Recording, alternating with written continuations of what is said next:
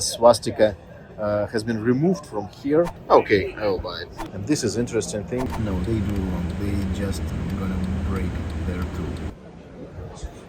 Hello everybody, this is War Story Video Blog. I am Alex and here we are in Allentown Military Antique Show, and we have a chance to speak with show director John Loss. Forks of the Delaware Historical Arms Society.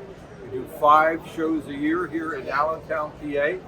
And it's a good mix of Civil War, World War I, World War II, German military, Japanese military, antique rifles, Colts, Winchesters. We got it all.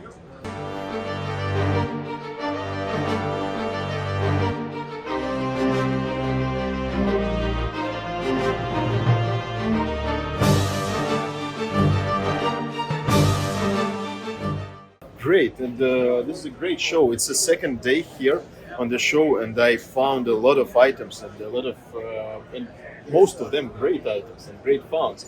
And some items I didn't find in Europe. I just came back from Germany, from Netherlands, and it's very interesting. And can you tell us about history of this show when it has been attended? Because it's very interesting.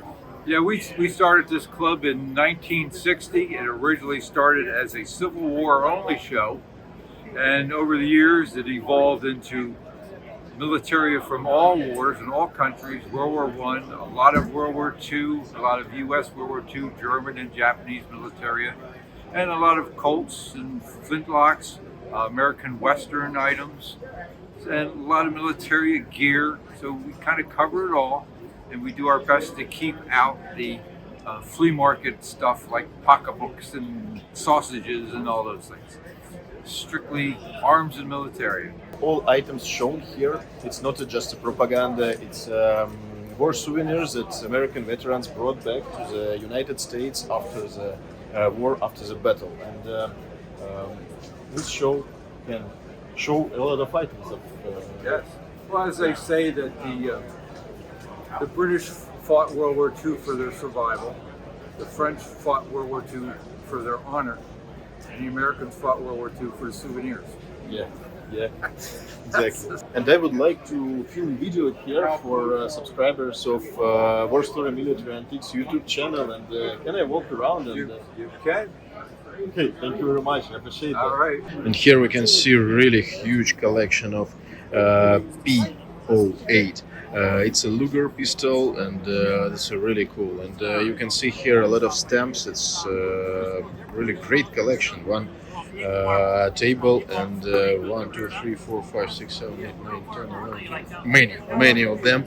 And probably it's one of most valuable war souvenirs and war trophy from 4 American GIs who fought in Europe. So it's very impressive and very cool.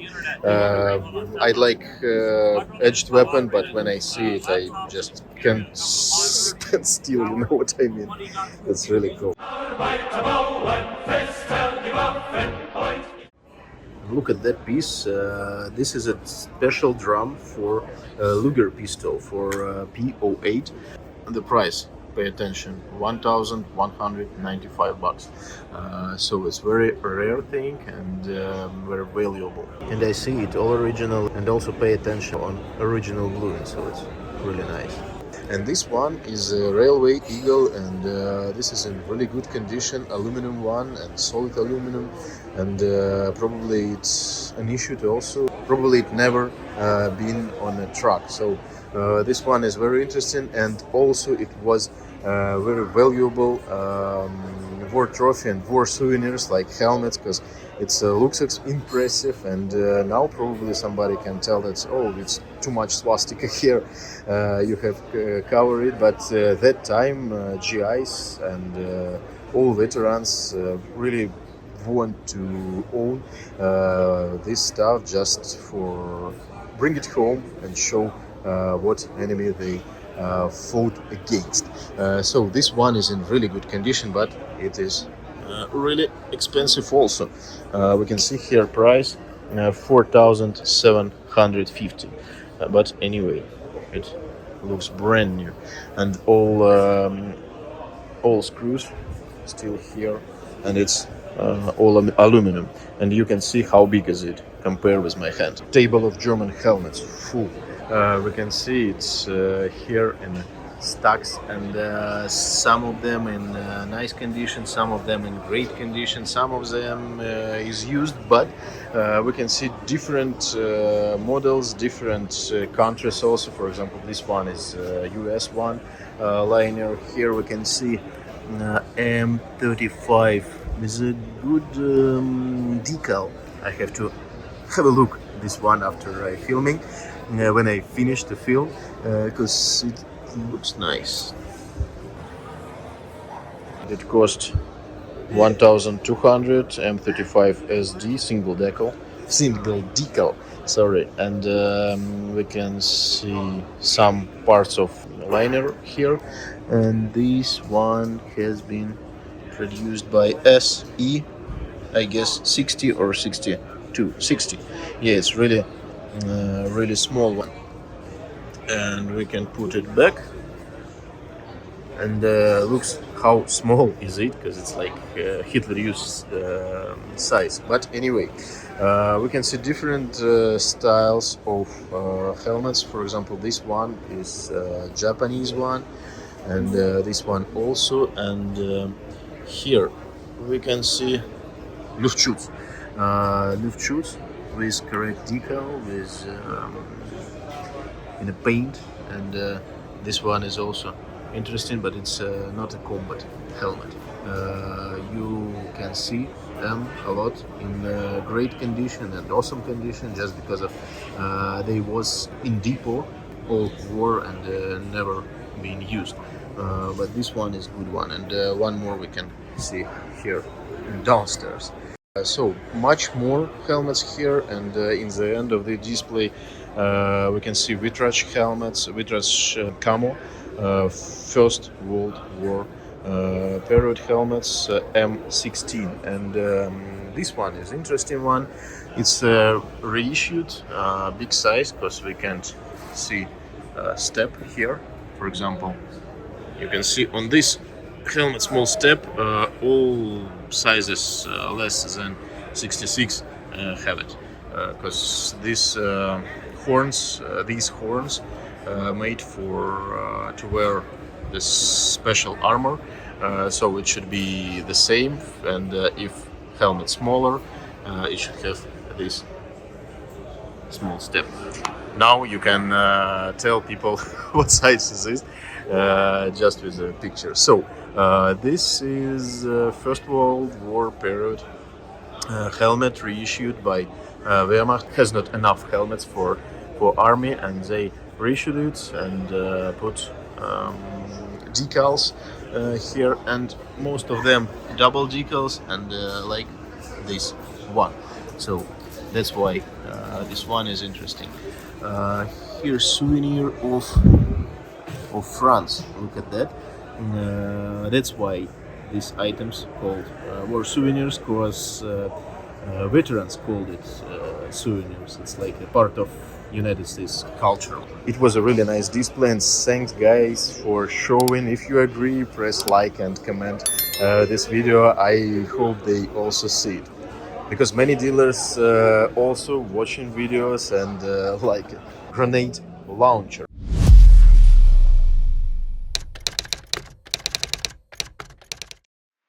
We can see here stamps on this part.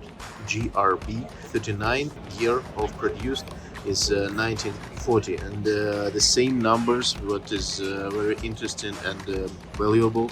And look at that thing here, you can load it. This is part for grenade, and you can see also lines here, and you can see on the screen the grenades which used with this one.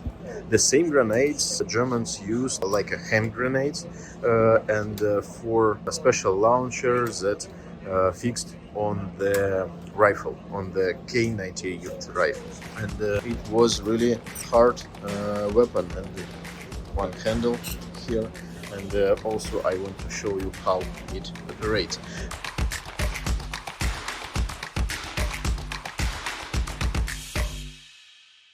For open it, you can pull the handle, and you can see how it opens, and this part is moving, so it's very interesting system.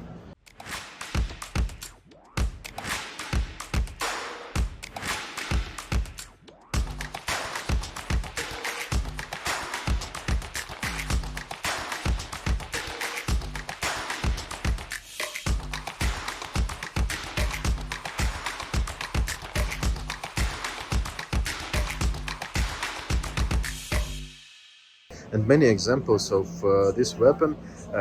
It is a modified version of Panzerborse. Panzerborse, it was anti-tank rifle, German anti-tank rifle, and it was pretty effective. But after 1941, it was not so effective. So they change the barrels, they change this stuff. For example, one Panzerborse was found in Leningrad area on paratroopers' position, so paratroopers used weapon very well and very often.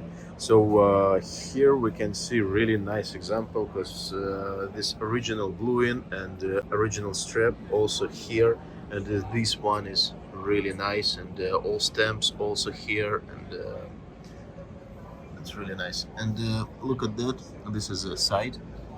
It's very unusual, but for a grenade launcher, it looks great. This part legs looks like MG34, MG42 legs, but it has a small difference. And look at that, is there stamps here? A lot of Waffenamts here also. That's very interesting. And this is a great thing, and looks like ready for action. But anyway, I like the blue-in, I like original condition, and this is a kind of war souvenirs that also American veterans brought back to the United States, and now I don't know, is it legal to buy it or not? I don't want to buy it, but anyway, to see it on the military antique show is very interesting. And I have met here owner of C&T auction house. Hello, Matthew. Hi Alex, good to see you again. Good to see you. And Matthew also was in Cine Militaria show, but I know you. Yeah, from all the European shows, all the shows all over the world. Yeah, Yes. and now we met here, and I would like to ask you some questions about your auction house, Yeah, about great.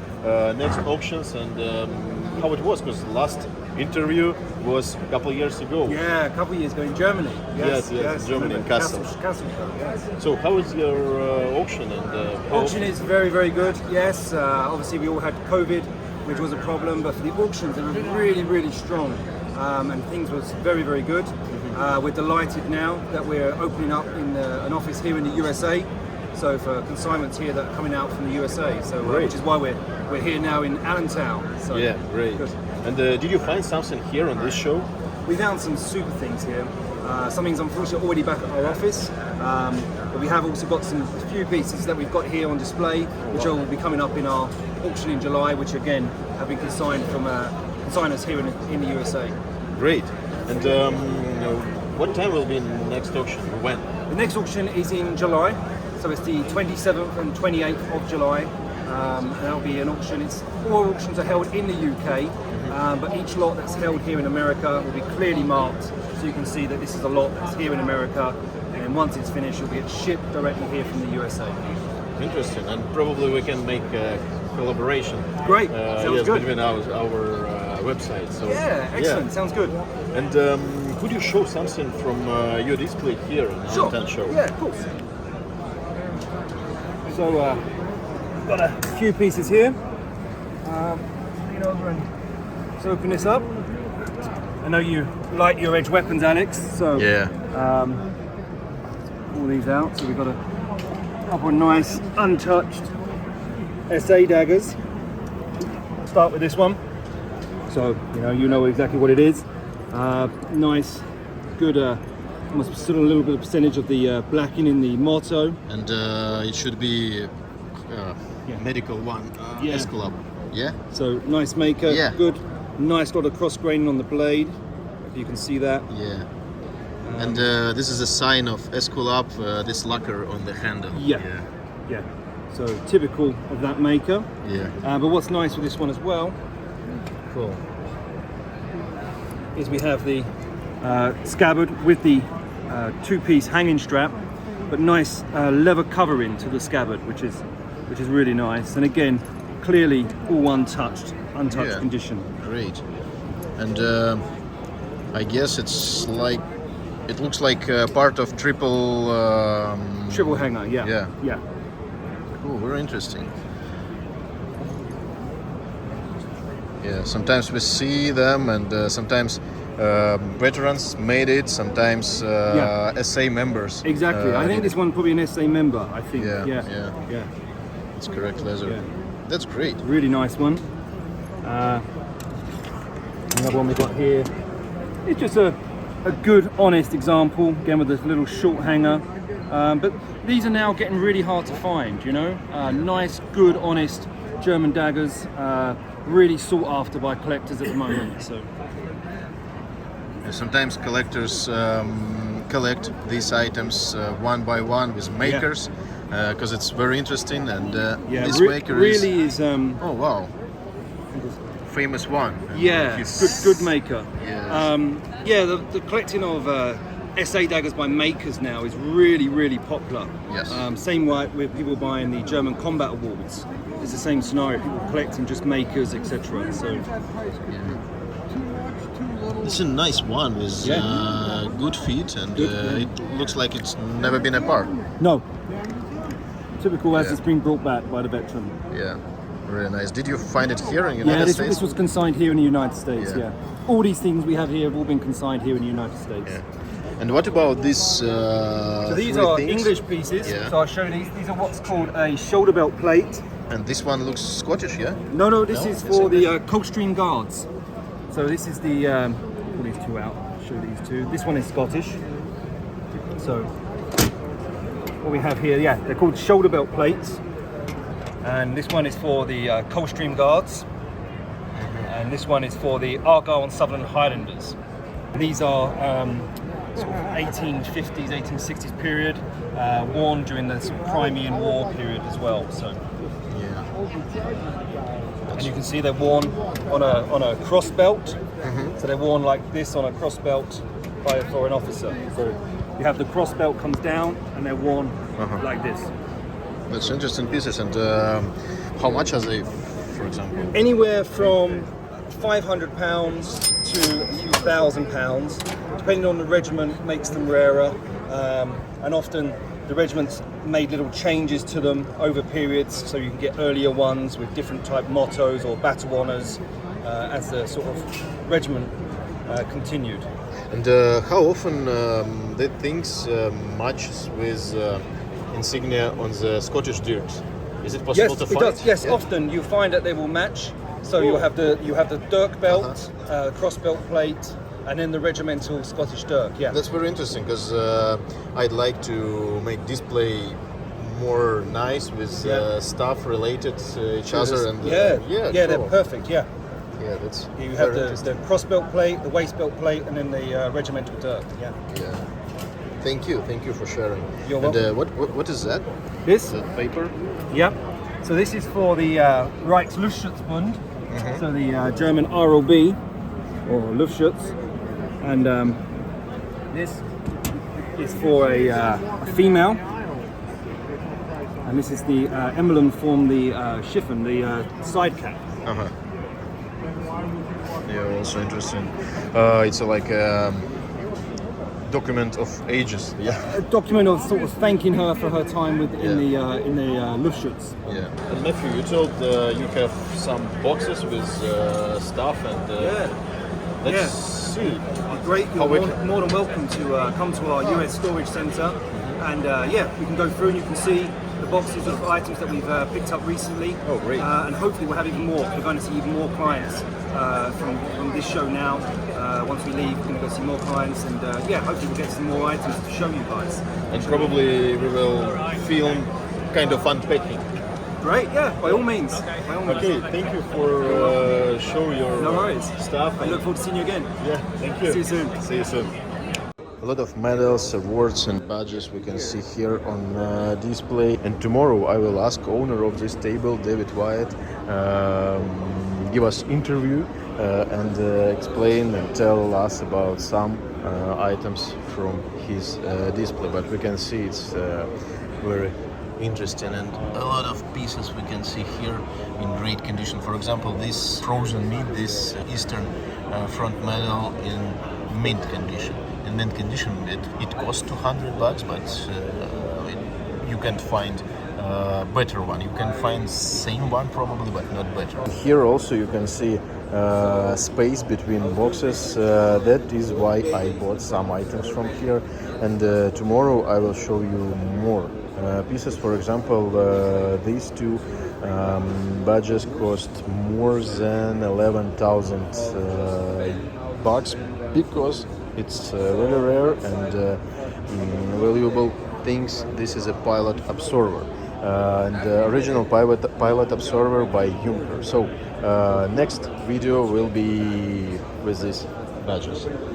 And on this display we can see 5 iron crosses and one set with oak leaves. So tomorrow we can ask difference in prices for these awards also. It's very interesting.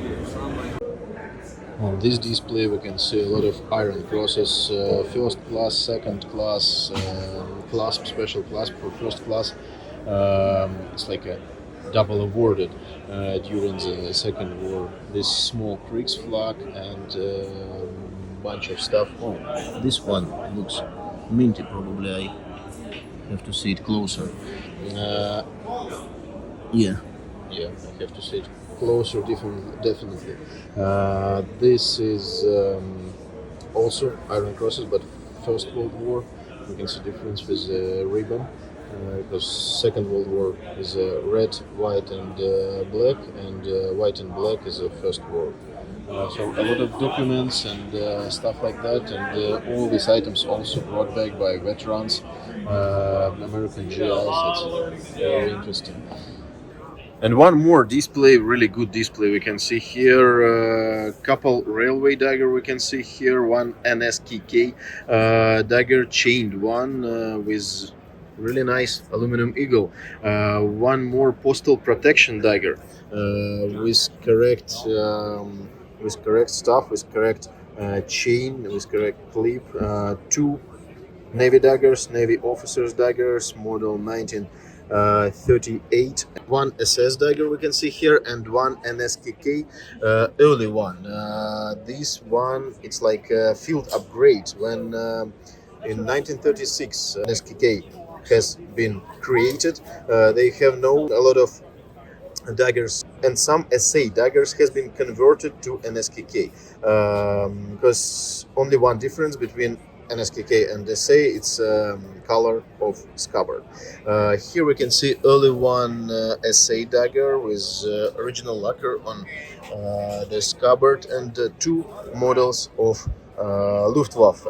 Luftwaffe first model is 1935, and 1937 model is the second model of Luftwaffe. And look at that, we can see hanger, we can see portapin, nut, and we can see dagger. So it's and the loop on the top. So it's really nice, complete. So a couple more Luftwaffe items we can see here. It's gravity knives and Hitler Youth stuff also here. Two hewers, 2 DRK hewers we can see here with original frogs, and price is reasonable, and it's a sawback one. And look at that, this dagger is interesting because we can see ivory grip on this army dagger. On the back side we can see the sign of Lieutenant Colonel. It's an American veteran who most likely brought it back, and here we can see it has been in its fight. Swastika has been removed from here, and for sure it happened many years ago, because we can see don't see the patina trace, because sometimes we can see trace on patina like here under the eagle, so we can't see trace of the swastika. So it's for sure it removed many years ago. And look at that ivory grip, it's really nice. So here we can see veteran dedication, Lieutenant Colonel Mataxis, and we can see 276 Infantry Regiment, I guess, 2nd Battalion, and 1941. 1941. This is a year here. Really nice one, and I hope nobody will change the eagle here, because for me it's like a document, historical document in this in this item. A few more interesting items we can see here. For example, this one is enlisted man Tina Dagger, Tina Hewer, and it costs 2,250. So it's also reasonable price. I have to check it. It's interesting.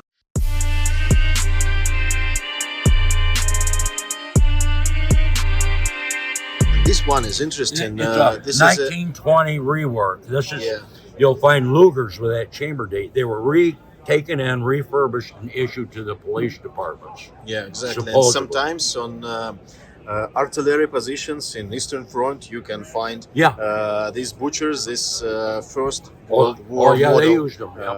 They used them. The RLM had them, the Luftwaffe Guards. Every now and then you'll find one of the RLM markings on it.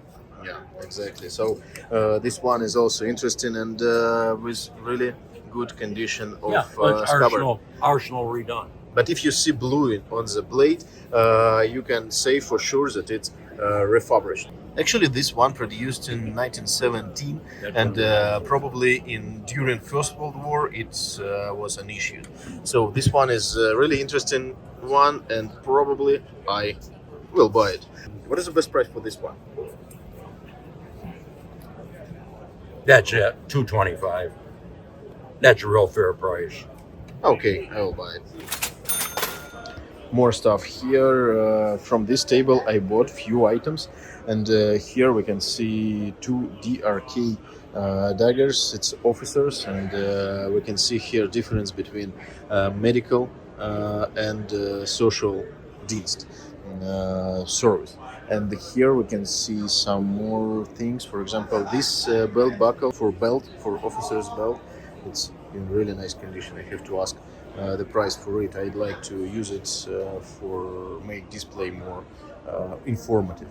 And some more flare guns also here. I don't collect them, but always very interesting to see this stuff. And here we can see also one engraved bayonet with etching. So it's also interesting. More stuff. This one is police one, double decal, and some more Japanese stuff and Japanese pictures also we can see here, and many pieces and collectible things. Oh, by the way, this one is interesting also. Japanese Dagger. Just found Russian Imperial kinjal bebut. This one has been produced in 1916, 1 year before revolution started, and this one unissued in mint condition with original black paint on a handle. It's a factory made, and here we can see hanger also from without this strap, but anyway it's a good condition, nice one. It's not cheap, but anyway I have to buy it. I will wait for seller.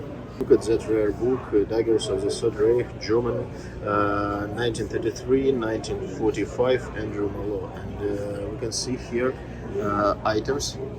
For example, this one is interesting, honor dagger, honor knife for Hitler use, Hitler use leader, and all stuff we can see here.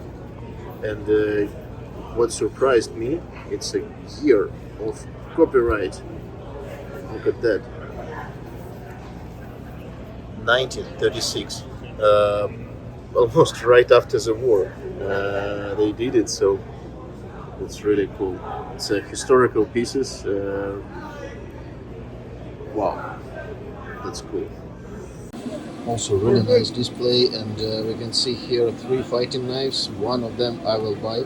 and you can guess what exactly what I will buy.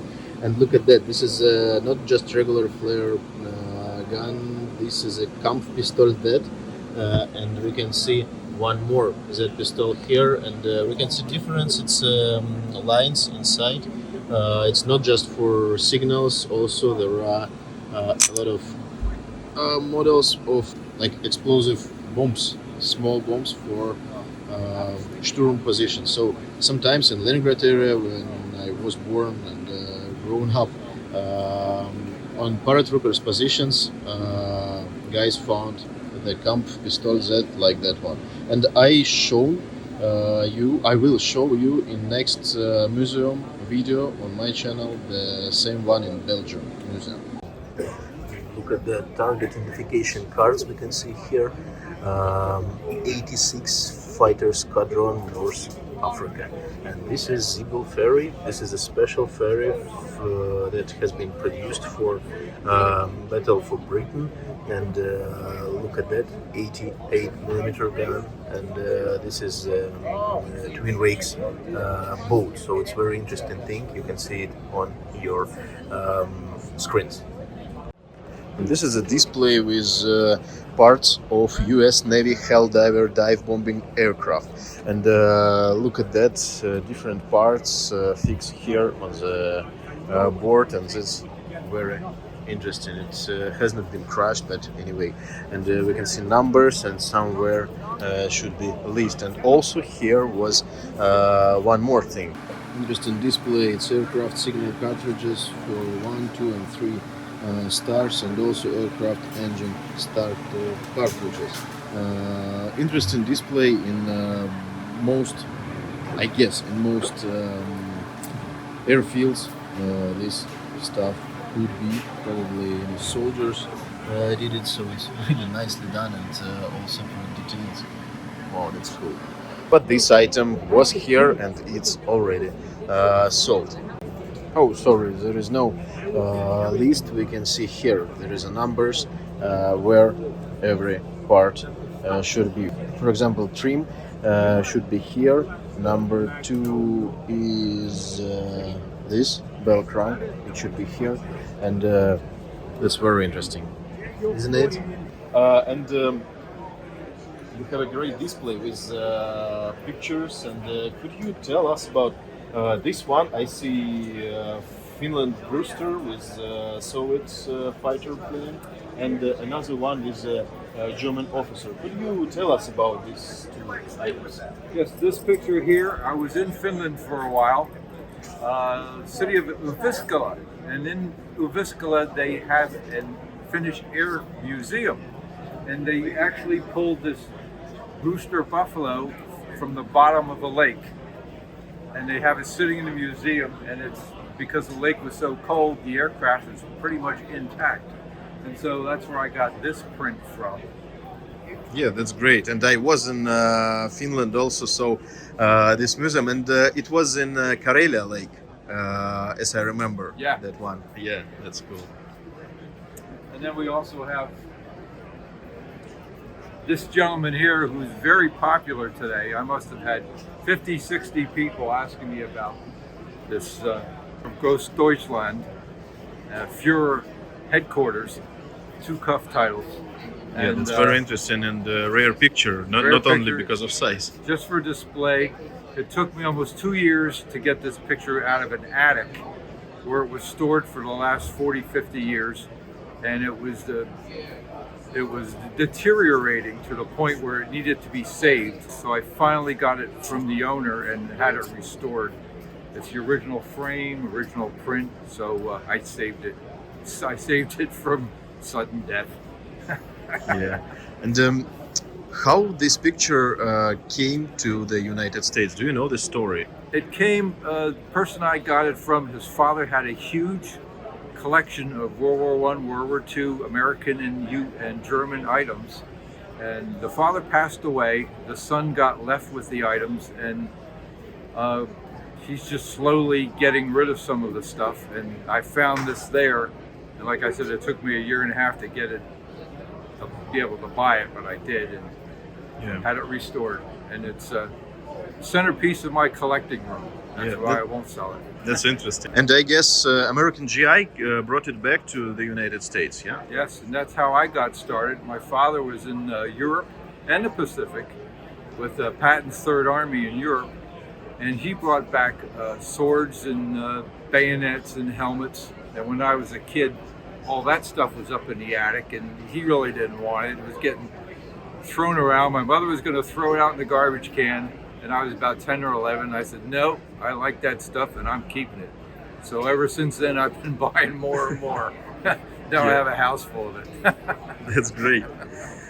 And my interest with this theme started from my father's Dagger, and it was also not allowed to touch it, so probably that's why it's so interesting for me. So all items shown here, it's not just a propaganda, it's war souvenirs that American veterans brought back to the United States after the war, after the battle. And this show can show a lot of items of Yes. Well, as they say that the British fought World War II for their survival, the French fought World War II for their honor, and the Americans fought World War II for the souvenirs. Yeah, yeah.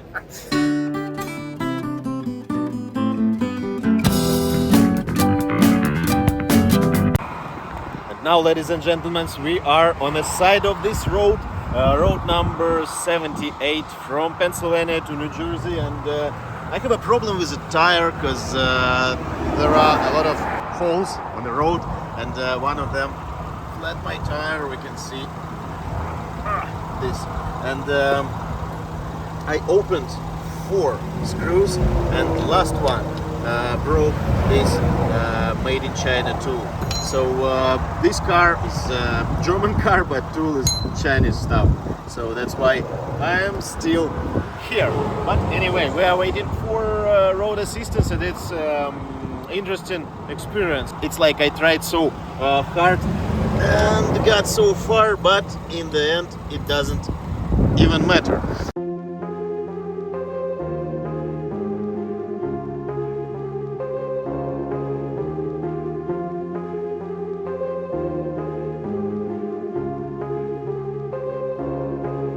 While I am waiting for assistance, another car, and it's also black Mercedes, just parked here on the side of the road, and they also tried to change the wheel. They do wrong. They just gonna break their tool also.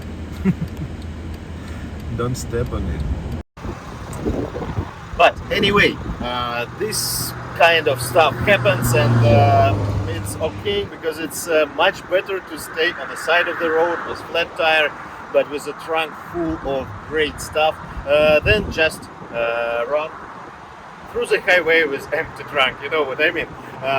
Because show is over, I already left that area and I already left that show, and I have all stuff in my trunk, and I will go to my Connecticut studio and I will show you all stuff I put there. And one very important thing, I will show you interview with Dave White. I just filmed, and amazing stuff with amazing pieces I didn't see a lot of time, and some items I saw first time in my life in that conditions. Yeah, where did you find it? I just came back from Europe and I didn't see something like that condition. Very interesting video, and thank you for watching this video until the end. Thank you for likes and subscribe button. Thank you for your feedback, for your comments. Thank you for subscribe my Instagram account. Have a good one and see you real soon.